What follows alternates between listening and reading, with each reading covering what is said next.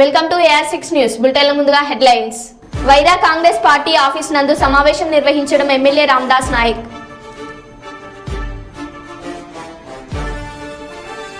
Telugu Desam party అన్ని నియోజకవర్గాల్లో విజయం సాధించడం ఖాయం. కర్నూలు జిల్లా టీడీపీ అధ్యక్షుడు తిక్కారెడ్డి.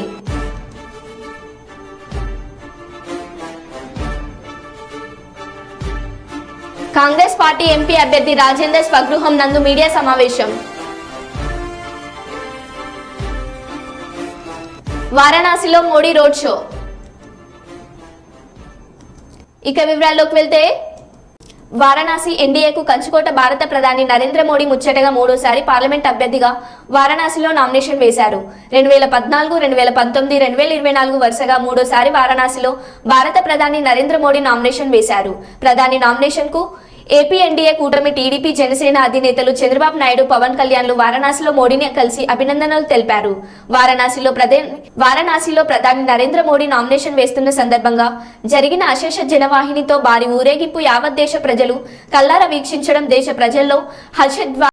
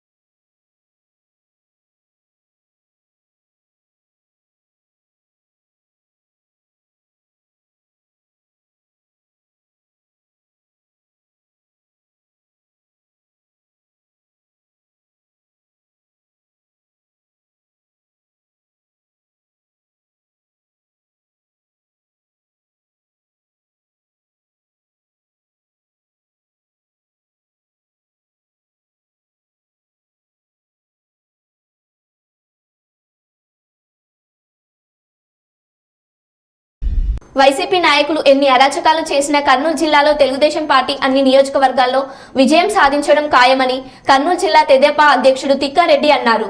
జిల్లాలో అధికారులు నిష్పక్షపాతంగా వ్యవహరించి శాంతి భద్రతలను కాపాడారన్నారు. ప్రభుత్వంపై వ్యతిరేకత ఉన్నందుకే రాత్రి సమయంలో కూడా ఓటర్లు ఓట్లు వేసేందుకు క్యూ లైన్ లో నిలిచి ఉన్నారని ఆయన అన్నారు. రాష్ట్రం మొత్తం చంద్రబాబు నాయుడు నాయకత్వాన్ని కోరుకున్నందుకే పోలింగ్ శాతం పెరిగిందన్నారు. ఓట్లు వేసిన అందరికీ తెదేపా నేతలు ధన్యవాదాలు తెలిపారు.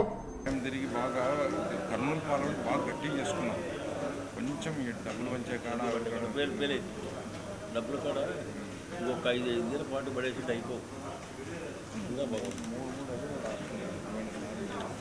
వాళ్ళు ఒకటి లెక్క కమ్మిట్ అయినారు. అది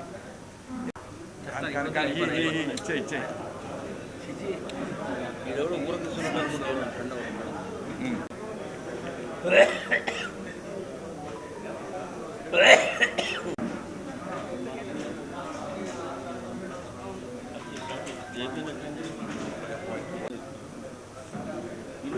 తిరుపతి ఆడ కండువ ఉంటుందేమన్నా అది ఇప్పివా కండువ గవర్నమెంట్ ఏమంటే గవర్నమెంట్ వేరే వస్తుంది వేరే ఆలోచన అనుమానమే అట్లా మావాడు నా క్లాస్ పెట్టాను వాడు మన మిలిటరీ రెడ్డి దగ్గర ఉండేవాడు నేను చెప్తాను కాంట్రాక్ట్ తీసుకున్నాడు ఇంకా కూడా రోజు రెడ్డి కాంట్రాక్ట్ అదే తీసుకున్నాడు. మనం చూసాం వైసీపీ వాళ్ళు ఎట్లన్నా కానీ మరొకసారి ప్రజలను మభ్యపెట్టాలని చూస్తే పోలింగ్ సరళను చూస్తూ ఉంటే ప్రజలు ఎక్కడ కూడా వైసీపీని నమ్మలేదు. దానికి ఉదాహరణ ఏమంటే ఉదయం 7 గంటలకు పోలింగ్ స్టార్ట్ అయితే 6:30కే వందల మంది వచ్చి నిల్చున్నారు. అందులో ముఖ్యంగా మహిళలు, అలాగే వలసలు పోయినటువంటి వాళ్ళు కానీ వేరే ప్రాంతాల్లో ఉన్నటువంటి వాళ్ళు కూడా వచ్చి ఉన్నారు. తర్వాత ఒక్కొక్క పోలింగ్ కేంద్రంలోన పర్సెంటేజ్ చూసాం, లాస్ట్ కన్నా కొంచెం పెరిగింది, బాగానే పర్సెంటేజ్లు పెరిగాయి. దీనికి ఈ పర్సెంటేజ్లు ఎప్పుడైతే పెరుగుతాయో అది ఏ ప్రభుత్వమైనా కానీ ప్రతిపక్షానికి ఆటోమేటిక్గా అడ్వాంటేజ్. అంటే మేము తెలుగుదేశం పార్టీ చంద్రబాబు నాయకత్వంలో కూటమి గెలవబోతున్నాం. కర్నూలు జిల్లాలో కూడా 7 నియోజకవర్గాలు ఒక పార్లమెంట్లో కూడా మంచి మెజార్టీతో అన్నీ కూడా కైవసం చేసుకునేటట్లు ప్రజలు ఓటింగ్ అనేది మాకు ఇచ్చారనేది మేము రాత్రి 9-10 గంటల వరకు కూడా కర్నూలు జిల్లాలో పోలింగ్ జరిగింది. అది ఎప్పుడు చూడలేదు మనం. సాయంకాలం 3-4 గంటలకు అయిపోయేది, 5 గంటలు 6 గంటల ఐదులో ఒక అంత మొత్తం ఇది చూసుకొని వచ్చేవాళ్ళు. కానీ ఓటరు కసితో ఉంటే తప్ప రాత్రి 9 గంటల దాకా లైన్లో ఉండి ఓటేయడు. ప్రభుత్వం మీద కసి ఉంది, జగన్మోహన్ రెడ్డి మీద వ్యతిరేకత ఉంది. ఇక్కడ నిలబడినటువంటి అభ్యర్థులపైన, వైసీపీ అభ్యర్థులపైన, స్థానిక ఎమ్మెల్యేలపైన విపరీతమైన వ్యతిరేకత ఉంది. కాబట్టే రాత్రి 9-10 గంటలైనా కూడా లైన్లో నిల్చొని నిల్లు అని కానీ ఎండని కానీ ఏమనకుండా భోజనం అనకుండా నిలబడి ఓట్లేసి చంద్రన్న ఎట్ల భాగాన్ని మనం గెలిపించాలి, చంద్రబాబు నాయుడిని ముఖ్యమంత్రిని చేయాలి అని చెప్పే ధీమాతోనే నిన్నంతా కూడా కర్నూలు జిల్లాలో జరిగినటువంటి ఎలక్షన్ అనేది నేను ఘంటాపథంగా చెప్తున్నాం. ఎందుకనంటే ప్రజలు మా పక్షాన ఉన్నారు. రాష్ట్రం మొత్తం పోలింగ్ చూసుకుంటే కూడా శాతం పెరిగింది. వాళ్ళు రాష్ట్రంలో అయితే చాలా జిల్లాల్లో దౌర్జన్యాలకు ఈరోజు వాళ్ళు ఎక్కడ పడితే అక్కడ ఓటర్లను కూడా కొట్టి, నాయకులను కూడా కొట్టి, ఎట్లైనా కానీ మనం ప్రభుత్వంలోకి రావాలని భయం సృష్టించేదానికి ఆ పల్నాడు కావచ్చు, నెల్లూరు కావచ్చు, గుంటూరు కావచ్చు, చాలా చోట్ల గొడవలకి వాళ్ళు దిగారు. కానీ ప్రజలు ఇవన్నీ గమనించి మొత్తం గుంటూరు కానీ అటువైపు కూడా విజయవాడ అయితేనేమి ప్రజలు వీటినంతా గమనించి మాకు ఓట్లు వేశారు. మేము ఖచ్చితంగా చంద్రబాబు నాయకత్వంలో బీజేపీ జనసేన కూటమిలో మేము ఖచ్చితంగా గెలవబోతున్నాం. ప్రభుత్వాన్ని ఏర్పాటు చేస్తున్నాం. మేమిచ్చిన వాగ్దానాలని ఖచ్చితంగా. పార్లమెంట్ ఎన్నికలు తెలంగాణలో ప్రశాంతంగా ముగిసిన అనంతరం కరీంనగర్ కాంగ్రెస్ ఎంపీ అభ్యర్థి వెలిచాల రాజేందర్రావు తన స్వగృహం నుండి మీడియా ద్వారా మెసేజ్ను రిలీజ్ చేశారు. కరీంనగర్ ప్రజలకు, మిత్రులకు, శ్రేయోభిలాషులకు, కాంగ్రెస్ పార్టీ శ్రేణులకు మంత్రి పొన్నం ప్రభాకర్ గౌడ్, పార్టీ ఎమ్మెల్యేలు కవ్వంపల్లి సత్యనారాయణ, మేడిపల్లి సత్యం, ఆది శ్రీనివాస్, పార్టీ నియోజకవర్గ ఇన్ఛార్జీలకు, రాష్ట్ర, జిల్లా, మండల, గ్రామ స్థాయి నాయకులందరికీ నా నమస్కారాలు. పార్లమెంట్ ఎన్నికలు ప్రశాంతంగా ముగిశాయి. మీరందరూ చిత్తశుద్ధితో చాలా కష్టపడి శ్రమించి గత 20 రోజుల నుంచి ఇంటి పనులు కూడా మానుకొని ఈ ఎన్నికల్లో ప్రత్యక్షంగా పాల్గొని కాంగ్రెస్ పార్టీ అభ్యర్థిగా నన్ను గెలిపించడానికి పెద్ద ఎత్తున కష్టపడినందుకు మీకందరికీ నేను ప్రత్యేక కృతజ్ఞతలు తెలియజేస్తున్నానని తెలిపారు. నా నమస్కారాలు. ఎన్నికలు ప్రశాంతంగా ముగిసినాయి.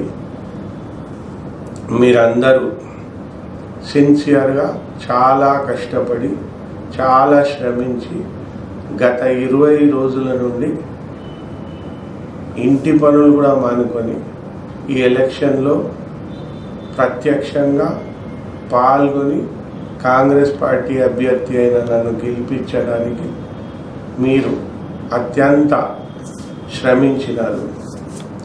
నేను నా ప్రత్యేక కృతజ్ఞతలు మీకు తెలియజేస్తున్నాను.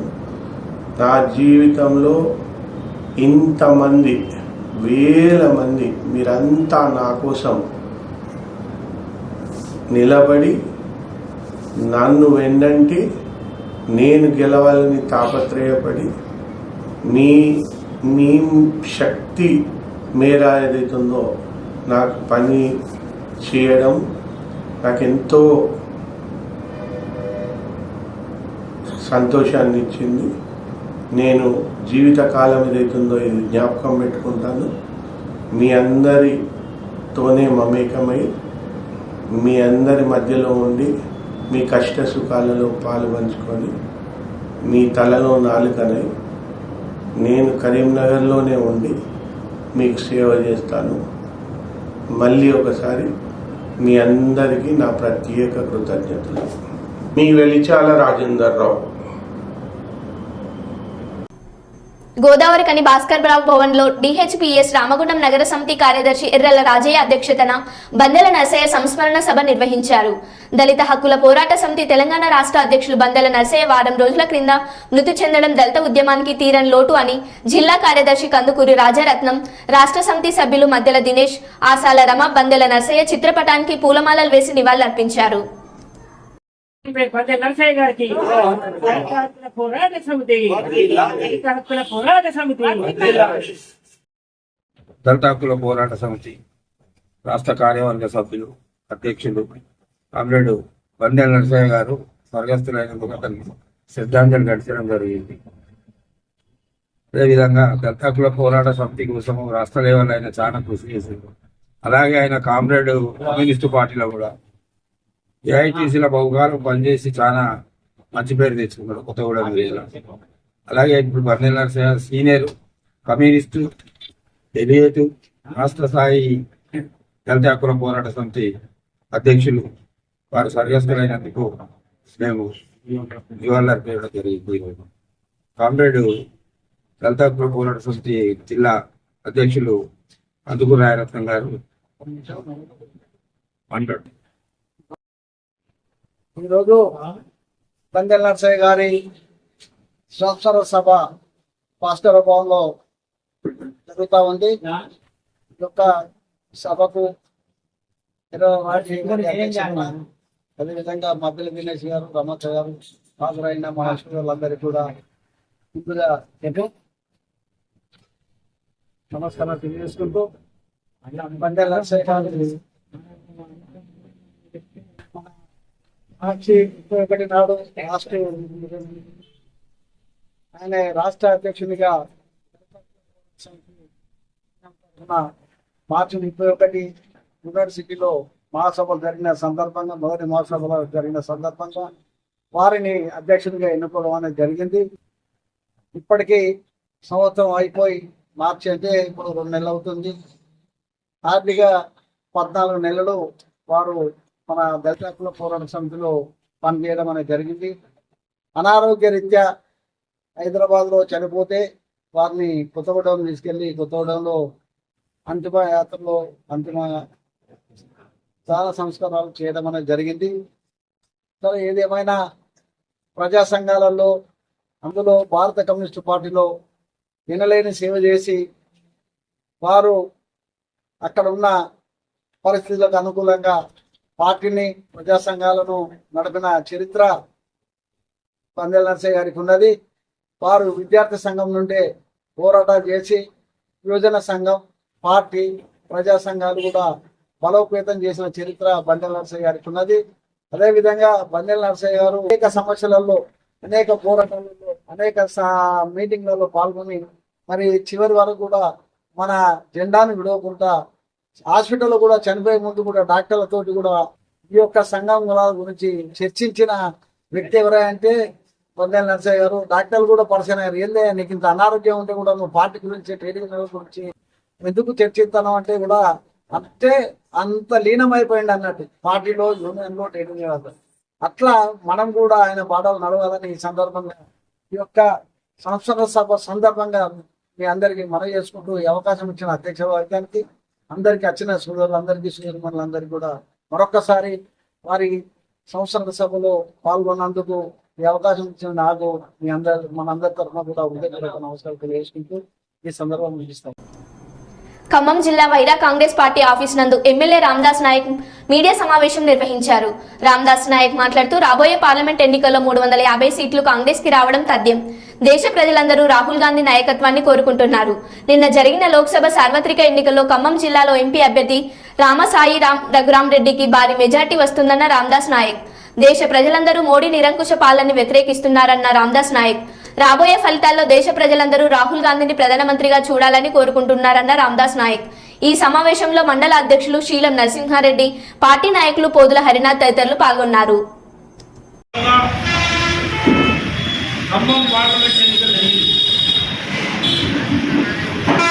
రాహుల్ గాంధీ గారిని ప్రధానమంత్రి చేయడంలో సోనియా గాంధీ గారు రఘురామరెడ్డి గారిని ఖమ్మం పార్లమెంట్ టికెట్ ఇచ్చి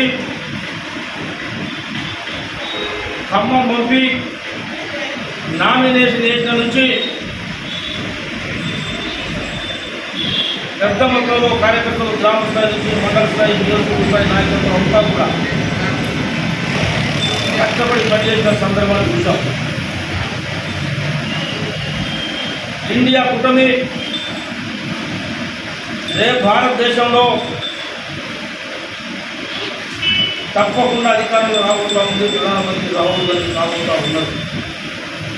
జరిగిన 4 దఫల పోలింగ్ సరళి చూస్తూ ఉంటే విశ్లేషకులు, సర్వేలు చెప్తూ ఉన్నాయి. ఇండియా ప్రజాస్వామ్య గల భారతదేశం ఇది. ప్రపంచంలో పెద్ద మొత్తంలో ప్రజాస్వామ్య దేశం ఏదైనా ఉంటే భారతదేశమే. మోదీ లాంటి, అమిత్ షా లాంటి కుతంత్రాలు భారతదేశంలో నడవమని గ్రహించారు ప్రజలు. ఆయన యొక్క దోస్తులకి, ఆయన యొక్క స్నేహితుల కోసమే ఈ భారతదేశ సంపదనంతా ఆదాని, అంబానీ, 10,000 మంది కోసం లెజెండ్లు, ఎల్పీపీలు, జడ్పీటీలు, ఎంపీటీలు, సర్పంచ్లు, పార్టీ గ్రామశాఖ అధ్యక్షులు, కార్యదర్శులు, నియోజకవర్గ స్థాయిలో బీసీసీ మెంబర్లు, కోఆపరేటివ్ అధ్యక్షులు, మా నాయకత్వం అంతా కూడా పెద్ద ఎత్తున కూడా నిజమైన ప్రభుత్వం వస్తుంది. కానీ కాంగ్రెస్ పార్టీకి సీట్లు దొరుకుతాయి అని చెప్పుకుంటా వచ్చిన పరిస్థితి చూసాం. కానీ అసెంబ్లీ ఎన్నికల ముందు 2 రోజుల ముందే తెలంగాణ రాష్ట్ర వాతావరణం, మొత్తం రాజకీయ వాతావరణం, ప్రజల ఆలోచన విధానం మారింది. తెలంగాణలో రాజ్యం వచ్చింది. ఇప్పుడు కూడా అంతే. మోదీ అహంభావం, మోదీ యొక్క ప్రవర్తన, నిరంకుశ పాలన, 2 సార్లు ప్రధానమంత్రి అయినా 3వసారి ప్రధానమంత్రి అయితే ఆనాడు బడుగు బలహీన వర్గాల కోసం అంబేద్కర్ గారు రాసిచ్చిన రాజ్యాంగాన్ని కూడా సవరణ చేస్తా, మారుస్తా అని నెరవేర్చి నలుగురు నెత్తిలో పోయి మాట్లాడిన సందర్భాలు కూడా దేశ ప్రజలు పెద్ద ఎత్తున గ్రహించారు, ఆలోచన చేశారు, చేస్తా ఉన్నారు. రిజర్వేషన్ తీసేస్తున్న సందర్భాలు కూడా ఇస్తాం. ఆయన ఒక ఆదేశ విధానాన్ని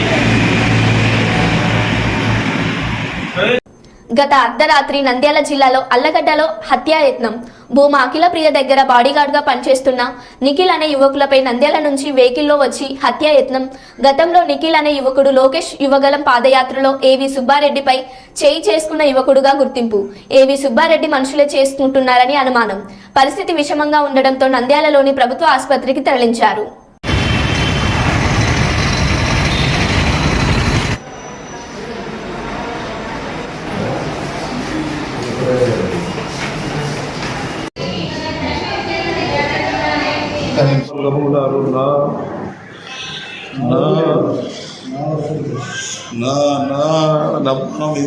వాళ్ళు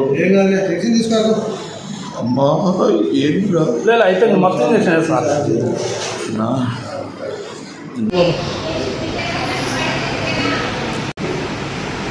అయితే కింద సార్ అందుకే సార్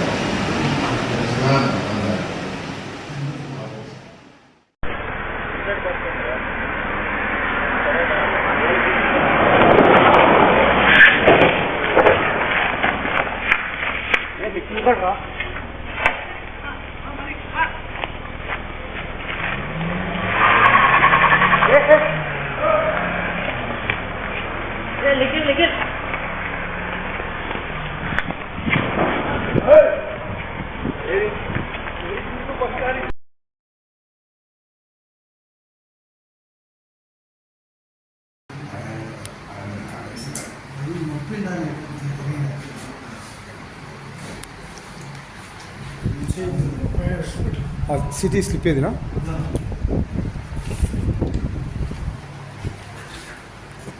చిన్న సార్ నిఖిల్ కదా పేరు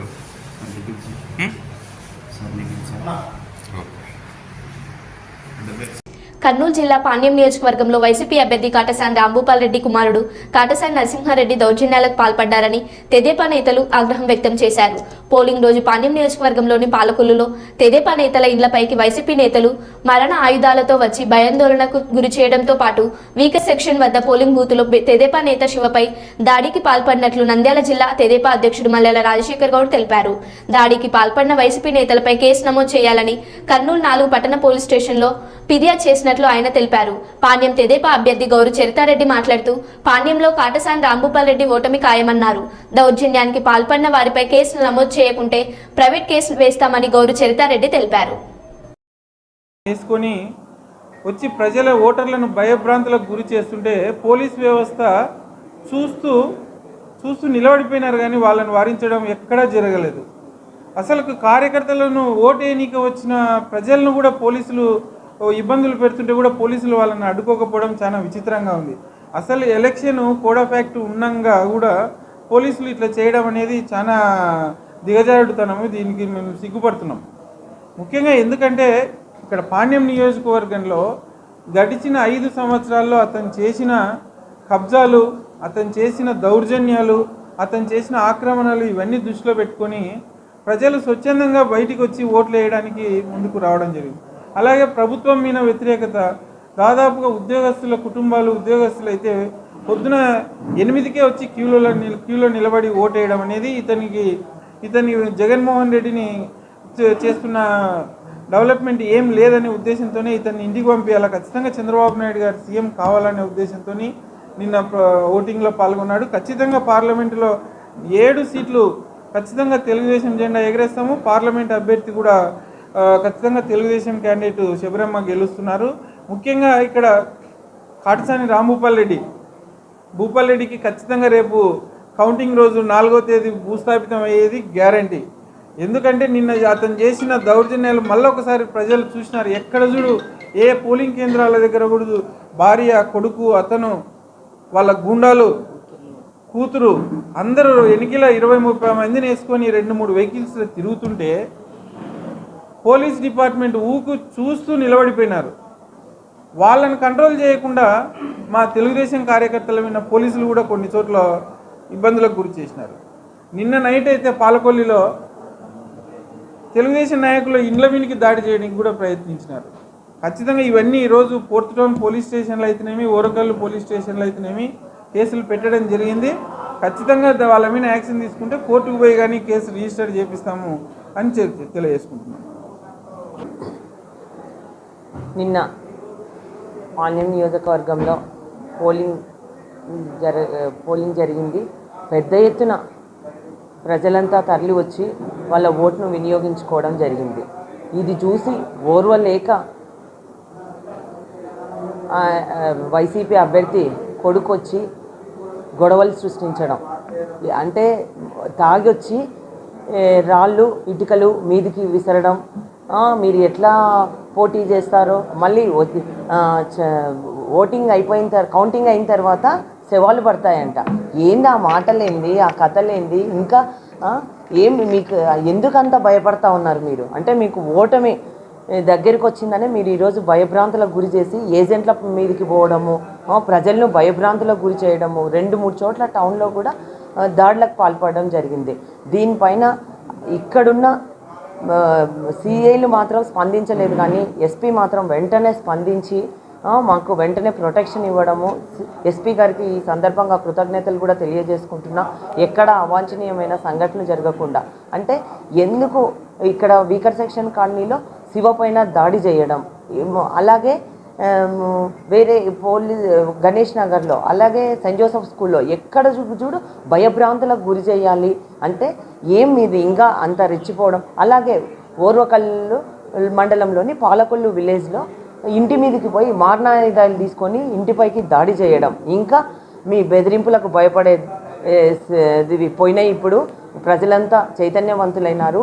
ఇక్కడున్న ప్రభుత్వంపై విసుగు చెంది, అంతేకాకుండా ఇప్పుడున్న ఈ వైసీపీ అభ్యర్థిపై కూడా, వాళ్ళ అనుచరులపై, ఈ భూబకాసులపై కూడా భయపడి ఎప్పుడు ఎలక్షన్స్ వస్తాయా, ఎప్పుడు వీళ్ళని ఇంటికి పంపిద్దామా అని కూడా ఎదురు చూస్తూ ఈరోజు ఓటింగ్లో పాల్గొనడం జరిగింది. ఓటమికి పెద్ద ఎత్తున తరలి వచ్చి ఓటును వినియోగించుకుంటుంటే మీరు చూసి ఓర్వలేక ఈరోజు ఇంత గొడవలు సృష్టిస్తూ ఉన్నారు. కానీ మేము ఈ గొడవలకు పాల్పడిన వారిపై ఖచ్చితంగా SC ST కేసు కూడా నమోదు చేస్తూ ఉన్నాం. తప్పకుండా దీనికి బాధ్యులైన వాళ్ళని కఠినంగా చర్యలు తీసుకోవాలా, లేకపోతే మేము ప్రైవేట్ కంప్లైంట్ కూడా వేసి వీళ్ళపై చర్యలు తీసుకుంటాము, హైకోర్టుకు కూడా వెళ్తాము. ఎందుకంటే ఈ మరో బులెటిన్లో మళ్ళీ కలుద్దాం. Stay tune.